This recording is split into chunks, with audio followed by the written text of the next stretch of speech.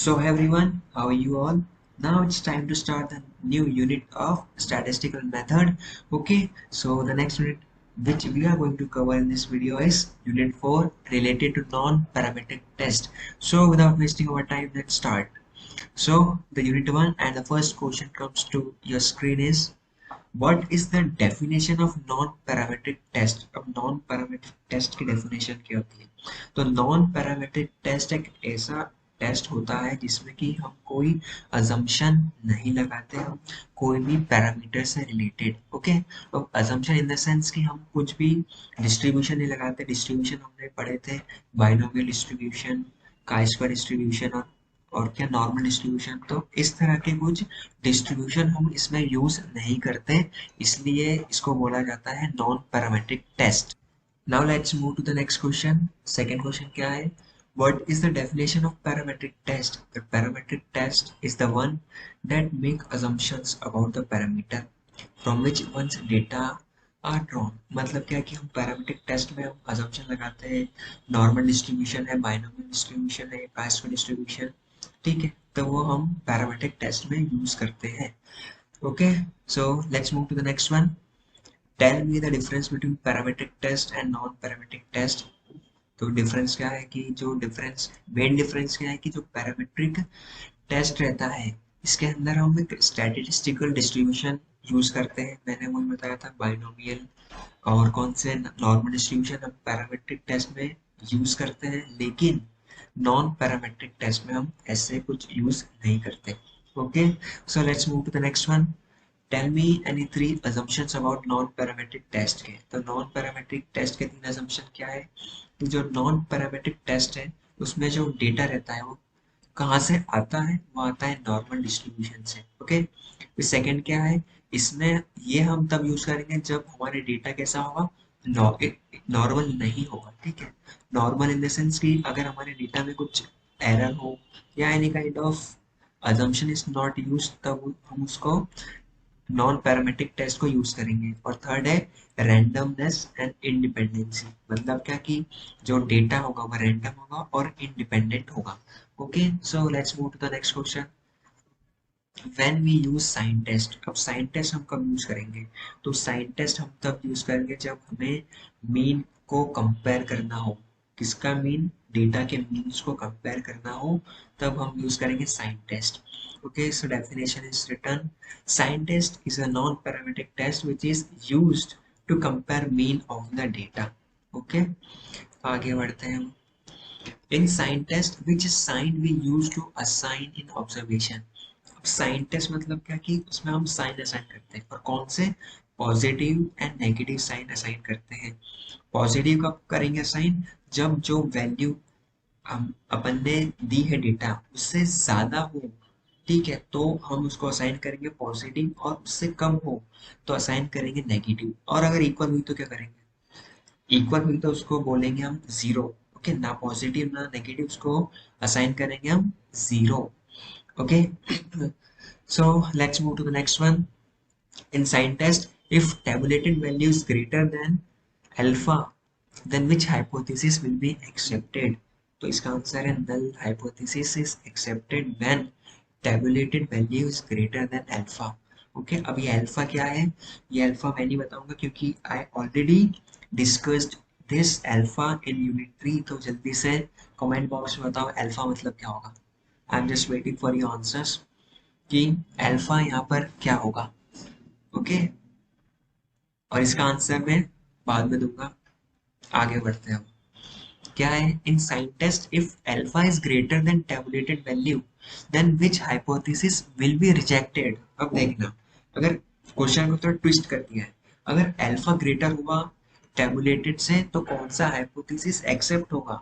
Alternate. लेकिन question में पूछा है कौन सा रिजेक्ट होगा, तो उसका आंसर है null hypothesis. So keep this thing in mind. So the next question what comes is, in sign test for large sample. देखो ये question, I think this question is incomplete. तो आगे अब पता नहीं इस क्वेश्चन में ये कंप्लीट है इनकम्प्लीट, आई डोंट नो, लेकिन फिर भी इसका आंसर है कि हम साइन टेस्ट में क्या यूज करते हैं? हम in sign test we use null hypothesis. Okay, आगे बढ़ते हैं अब 10th क्वेश्चन पे. कि sign test is an alternative technique of which parametric test.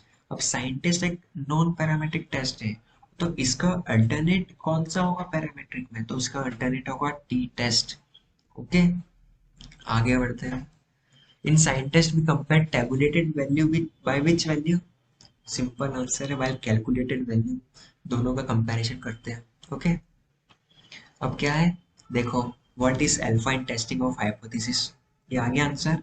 Alpha को मैंने बताया था level of significance.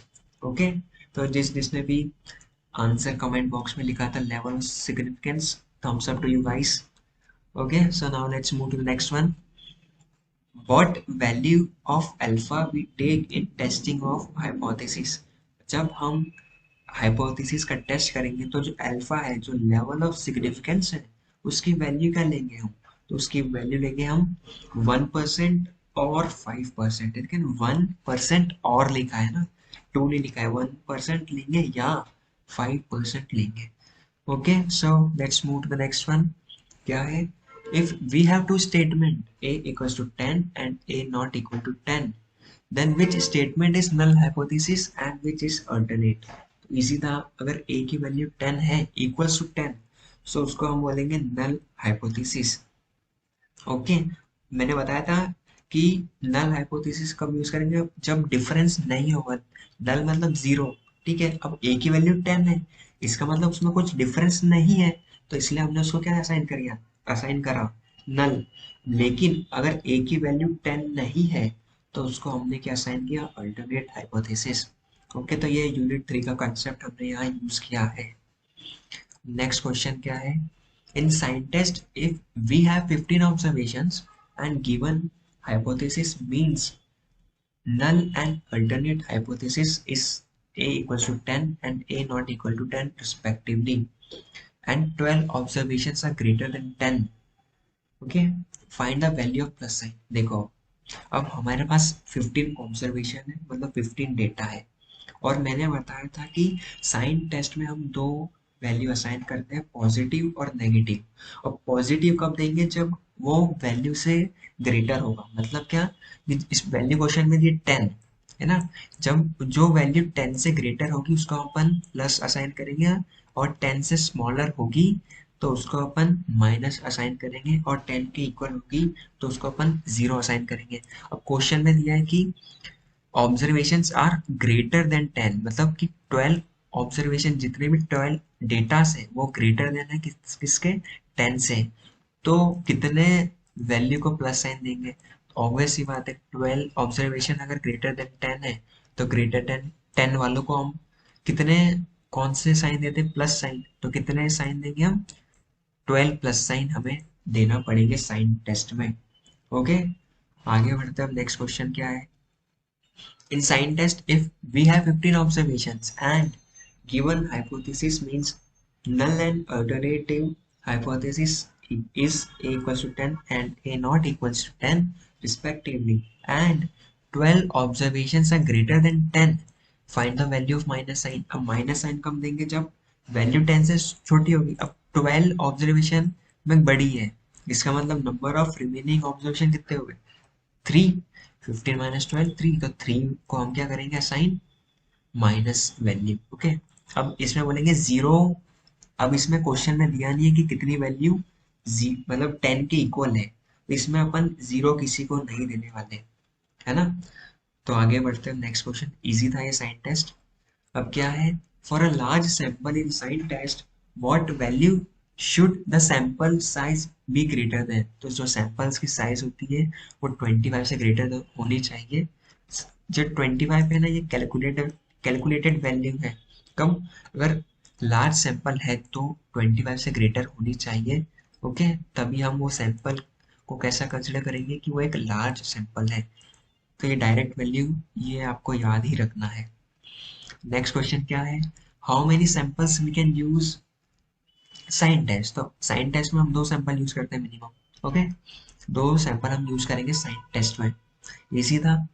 Next question क्या है, in 2 sample sign test we find D, then tell me D is equal to which value.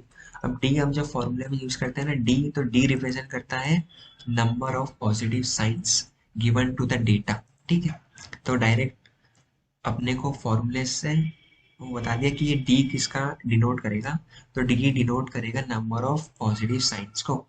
तो आगे बढ़ते हैं वो हमारे नेक्स्ट क्वेश्चन पर। Okay, in sign test for large sample which distribution we use for solution. So line sign test में अगर जो सैंपल है हमारा लार्ज है तो कौन सा डिस्ट्रीब्यूशन हम यूज करेंगे, उसमें यूज करेंगे हम binomial distribution. Okay, now let's move to the next question. क्या है हमारे पास next question? In sign test for large samples what is the value of mean. ठीक है, तो इन साइन टेस्ट जो वैल्यू ऑफ मीन रहेगी वो क्या रहेगी, n इंटू पी। अब n और p क्या होता है, need not to be worried about that, हम आने वाले क्वेश्चंस में डिस्कस करेंगे n मतलब क्या होगा, p मतलब क्या होगा। ओके, अब चलते हैं हमारे नेक्स्ट क्वेश्चन पे। नेक्स्ट क्वेश्चन क्या है, in sign test for large samples what is the value of variance. Okay, so the value of variance, और उसको डिनोट करते हैं अपन एस स्क्वायर से, वो क्या होगी n into P multiply by 1 minus P. Okay, तो n क्या होगा, p क्या होगा, हम डिस्कस करेंगे आगे फर्दर क्वेश्चंस में, तो need not to be worried about that. Okay, mean हमने रखा था 0। ठीक है, तो अगर सैंपल की साइज बहुत ज्यादा है तो ऑब्वियस सी बात है जो वेरिएंस की जो वैल्यू होगी वो उतनी ही कम होगी। ठीक है, sign test for larger the value of sample, lesser the value of variance. Okay, so let's move to the next one. Next question क्या है, in sign test for large samples write the value of z static। हमें formula पूछा तो z is equals to r minus n into p divided by under root np multiply 1 minus p। n मतलब क्या, total science. Sign test में हम देते हैं ना प्लस और माइनस, जो भी टोटल साइंस है उसको डिनोट करते हैं अपन आर से। पी मतलब यहाँ प्रोबेबिलिटी, किसकी, probability of positive and negative sign. और probability of positive and negative sign कितनी होगी, 0.5। क्यों, दोनों की पॉजिटिव होने की और नेगेटिव होने की प्रोबेबिलिटी इक्वल है ना, दो है हमारे पास है पॉजिटिव और नेगेटिव और प्रोबेबिलिटी इक्वल है, तो कैसा आएगा, प्रोबेबिलिटी कितनी हो गई 1/2 दैट इज 0.5। ओके, और आर मतलब क्या हुआ, आर मतलब नंबर ऑफ पॉजिटिव साइन। जो भी हमने साइन टेस्ट में जितने भी वैल्यू ग्रेटर देन जो भी हाइपोथेसिस जो भी गिवन रहता है क्वेश्चन में उससे ज्यादा हुई और उसको अपन पॉजिटिव देते, तो जितने भी पॉजिटिव साइन होंगे उसके नंबर काउंट करना है ना, तो उसको डिनोट करते हैं अपन आर से। सो आई होप यह समझ आया होगा formula, just we have to remember this, और आर एन और पी क्या होता है उसको याद रखना है। So the next question what comes is, in sign test for large samples z tabulated, जो z static अपने ये फॉर्मूला पढ़ा था, z tabulated is greater than z calculated, then which hypothesis will be accepted। तो null hypothesis हम accept करेंगे कब, जब हमारा टेबुलेटेड वैल्यू ज्यादा होगी कैलकुलेटेड वैल्यू से। Okay, easy one.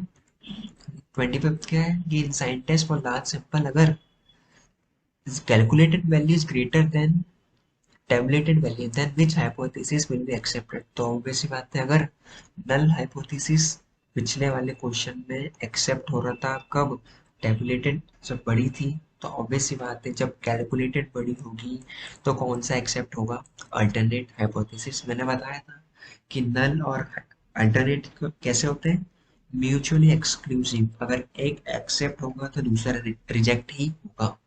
Okay, so the next question what comes is, in sign test for large samples we use z static, then in z formal what is r। r अपन ने बताया number of positive science, एक बार और देख लेते formula, r equals to number of positive signs. Okay, ये formula याद रखना, exam में n पूछ सकते हैं, p पूछ सकते हैं। ओके, तो ये हो गया r मतलब नंबर ऑफ पॉजिटिव साइंस। तो नेक्स्ट क्वेश्चन क्या है, if we use z statistic in sign test then at 5% level of significance what will be value of z। तो 5% लेवल ऑफ सिग्निफिकेंस है, तो जो टेबुलेटेड वैल्यू होगी z की, उसकी होगी हमारी 0.05. Okay, so now let's move to the next one. Okay, so if we use Z statistic in sign test at 1% level of significance, अगर 1% level of significance है तो हम कौन सी वैल्यू यूज करेंगे? Z की क्या वैल्यू होगी? 2.33 will be the value of Z tabulated अगर हम 1% level of significance यूज करेंगे क्वेश्चन सॉल्व करने में. Okay, so what's the next question कि in sign test Z statistic can always be positive or negative. तो Z statistic is always positive. तो याद रखना कि जो Z की जो वैल्यू आएगी वो हमेशा पॉजिटिव आएगी, greater than 0. Okay, so the next question क्या है हमारे पास? In sign test and Wilcoxon sign rank test. ये साइन टेस्ट ये एक टेस्ट है और ये जो विल्कॉक्सन साइन रैंक टेस्ट ये दूसरा टेस्ट है. Which is more efficient for testing for the median of distribution. ये दोनों साइन टेस्ट और विल्कॉक्सन टेस्ट में कौन सा ज्यादा एफिशिएंट है किसके लिए? For calculating the median of distribution. तो इसका आंसर क्या होगा? Wilcoxon sign test is more efficient to test the median. और अगर क्वेश्चन पूछ ले कि साइन टेस्ट किस में एफिशिएंट होता है, तो साइन टेस्ट हमने सबसे मतलब पहले पढ़ा था कि sign test is most efficient in finding the mean of the data. ठीक है, तो ये हमने 30 क्वेश्चंस यहाँ कवर कर लिए हैं.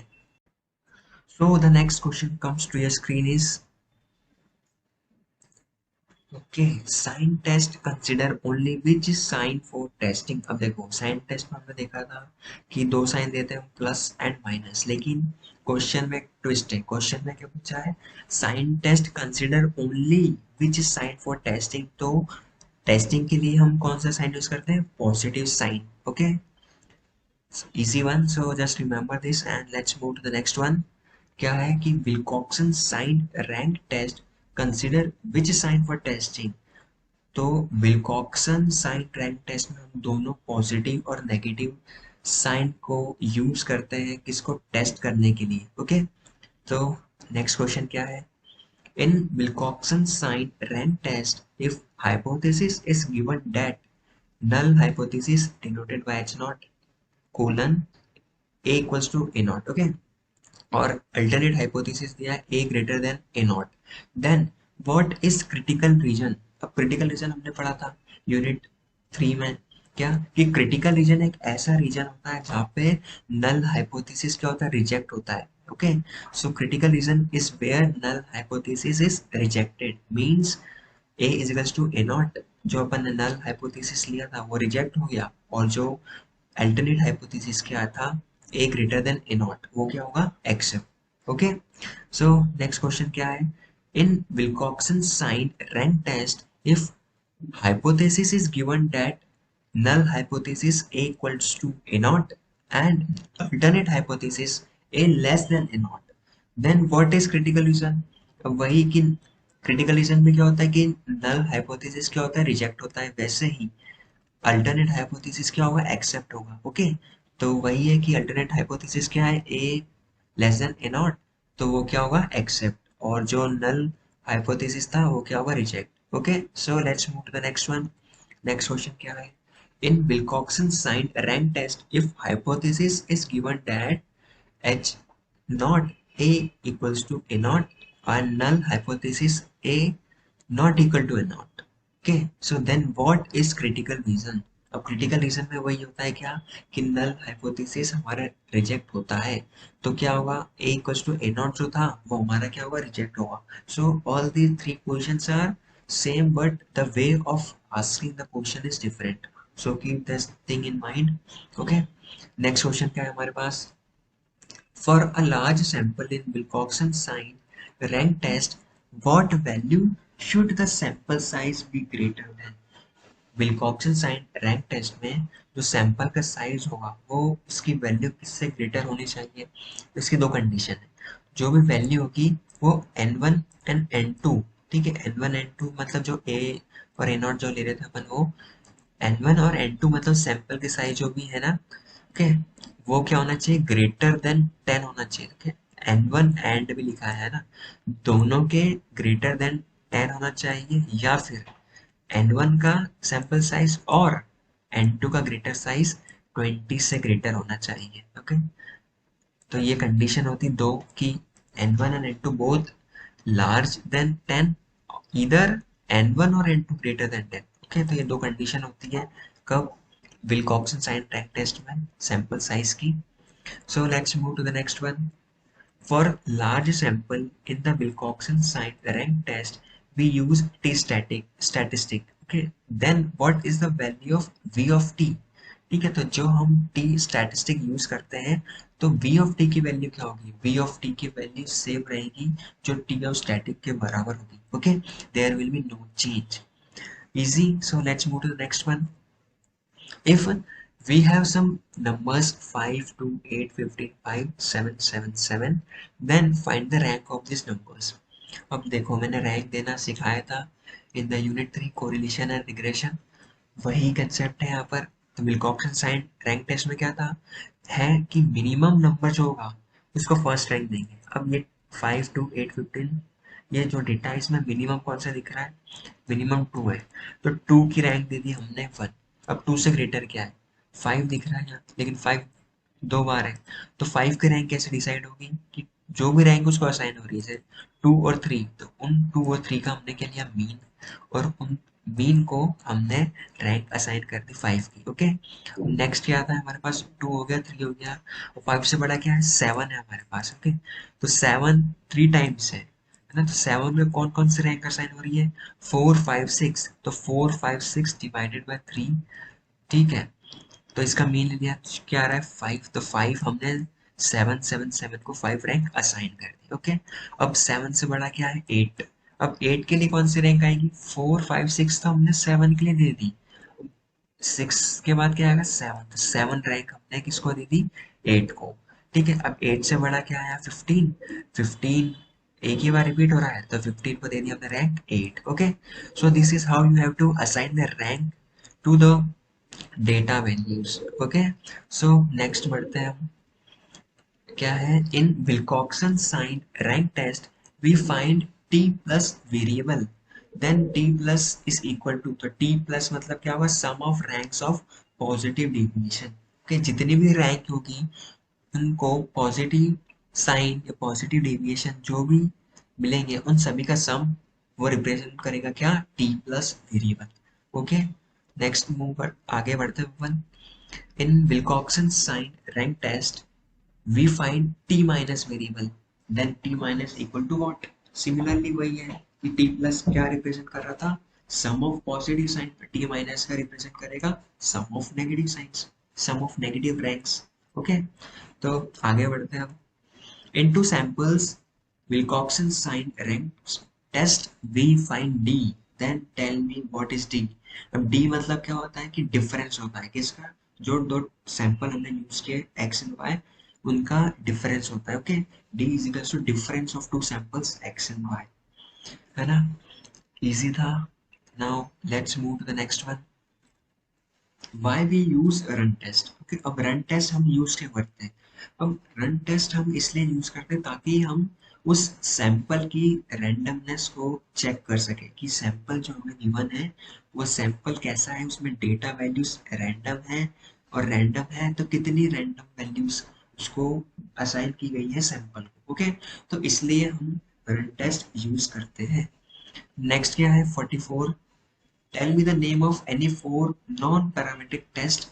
तो नॉन पैरामीट्रिक टेस्ट है हमारे सामने, sign test, Wilcoxon sign rank test, फिर run test and Mann Whitney U test. ठीक है, तो ये चारों नाम आपको याद रखना है। अगर फैकल्टी ने पूछ लिया आपसे कि name of any 4 non parametric test, so you have to answer this. Next question क्या है, if we have some observation such as this, ये अपने को ऑब्जर्वेशन दिया है, then how many number of runs will be। अब ये m और f का दिख रहा है यहाँ, m मतलब रिप्रेजेंट करेगा मेल को और f मतलब रिप्रेजेंट करेगा फीमेल को। ठीक है, तो ऐसा जो डेटा है, ठीक है, ये रैंडम है, दिख रहा है कि मेल एक बार है इसके बाद फीमेल दो बार है, वापस से मेल दो बार, फीमेल एक टाइम से। तो ये क्या है, जो डेटा है ये कैसा है, रैंडम। और रन टेस्ट हम इसलिए यूज करते हैं to check the randomness of the sample. ठीक है, तब इसकी रन कैसे निकालेंगे वो देखते हैं। जैसे अब मेल है, ठीक है, मेल है, उसके बाद क्या है, फीमेल, फीमेल है कि एफ एफ है, तो क्या होगा, मेल के बाद रैंडमनेस आ गई, तो उस रैंडमनेस को हमने अलग सेट में अलग कर दिया उसको। उसके बाद एफ एफ है, उसके बाद वापस से रैंडमनेस आ गई, तो उसको क्या करा हमने, सेम उसको असाइन कर दिया सेट को अलग अलग। ठीक है, वापस से एम एम के बाद वापस से एक एफ है, तो वापस से रैंडमनेस आई, तो हमने क्या किया, उसको एक अलग रन में डिवाइड कर दिया। एफ के बाद वापस से एम आया, ओके, फिर वापस से रैंडमनेस आई। अब इसमें क्या है, थ्री आ गई, थ्री एफ आ गए, ओके, तो वो थ्री आए या सिक्स आए, टेन आए, वो डजेंट मैटर, लेकिन सेम होना चाहिए, रैंडमनेस नहीं आनी चाहिए। जब तक अगर रैंडमनेस आ गई तो उसको अपन एक अलग रन में डिवाइड करेंगे। जैसे एफ के बाद एम आया, तो ये क्या है, एक रैंडमनेस आ गई, तो इसको हम एक अलग रन में डिवाइड करेंगे। ठीक है, तो ये अपन ने रन्स में डिवाइड कर दिया। अब सिंपल इसको नंबरिंग दे दो, वन से, one two three four five six seven. ठीक है, तो ऐसा नहीं देना कि one two three four five, ऐसे नहीं, हर एक जो सेट बना है उसको अपने को नंबर असाइन करना है। ओके, तो क्या, वन टू थ्री फोर इसको असाइन हो गया, फाइव इसको, सिक्स इसको, सेवन इसको। तो टोटल रन्स पूछे था, पूछे हैं, तो क्या है इसका answer, number of runs is equals to seven. Seven runs हमें इस ऑब्जर्वेशन में दिख रहे हैं। Okay, so let's move to the next one. In run test, if observed value is greater than or equal to critical value, then what hypothesis will be accepted? तो simple है कि observe value अगर greater than equal to होगी critical value से, तो alternative hypothesis क्या होगा, accept होगा, डायरेक्ट क्वेश्चन। ओके, नेक्स्ट क्या है, in run test what should be the value of n1 and in run test if observed value is greater than or equal to critical value, which hypothesis will be rejected? वही है कि अगर observed value is greater than critical value, तो reject कौन सा होगा, तो reject कौन सा होगा, null hypothesis क्या होगा, reject होगा। ओके, नेक्स्ट क्वेश्चन क्या है, in the run test, what should be the value of n1 and n2 for the large sample? ये conditions हमने पढ़ी थी large sample में, n1 और n2 क्या size of sample।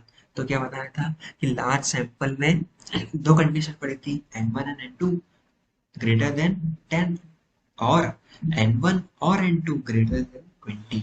लेकिन क्वेश्चन में पूछा है n1 and n2, तो n1 and n2 both should be larger than 10। Okay, तो नेक्स्ट क्वेश्चन क्या है, in run test what should be the value of n1 और n2 फॉर लार्ज सैंपल? तो आंसर क्या होगा, आइदर n1 और n2 is larger than 20, so it is considered as a large sample। ठीक है, इसी था।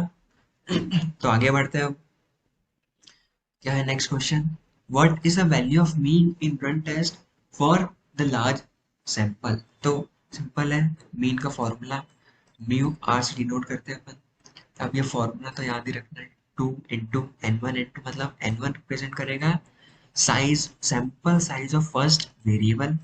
ठीक है, अब एन टू रिप्रेजेंट करेगा sample size of second variable. Okay, divide by N one plus N two और प्लस में one. Okay, so this is the direct formula. You have to remember this. तो next question क्या है? What is the value of variance in run test for the large sample? तो वही है कि large sample है तो variance की वैल्यू क्या होगी, तो variance को डिनोट करते हैं अपन सिग्मा स्क्वायर से, और इसका ये फॉर्मूला है two into N one N two multiply by two N one N two minus N two divided by N one plus N two whole square multiply n1 plus n2 minus 1. Okay, so these are some direct formulas which you have to keep in mind. So let's move to the next one. In run test for large sample we use z statistic, then what is the formula of z? अब z statistic हम use करते हैं तो z का formula क्या होगा, r minus mu represent divided by sigma. Okay, तो r मतलब क्या होगा, टोटल रन्स, यहाँ लिखे हैं जितने भी टोटल रन्स होंगे। हमने रन्स कैलकुलेट करना सीखा था पिछले वाले क्वेश्चन में, कैसे कैलकुलेट करते हैं। म्यू मतलब तो पता ही है कि mean of large sample, okay. और सिग्मा मतलब standard deviation of large sample, okay. ये था डायरेक्ट फॉर्मूला किसका, जेड स्टैटिस्टिक का।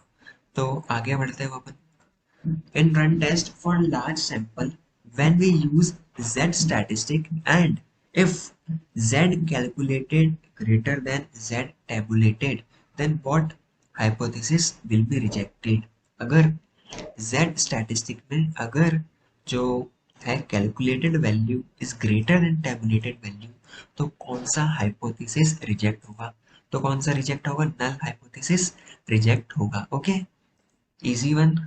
नेक्स्ट क्या था, in run test for large sample when we use z statistic and if z calculate is greater than z tabulate then what hypothesis will be accepted, okay।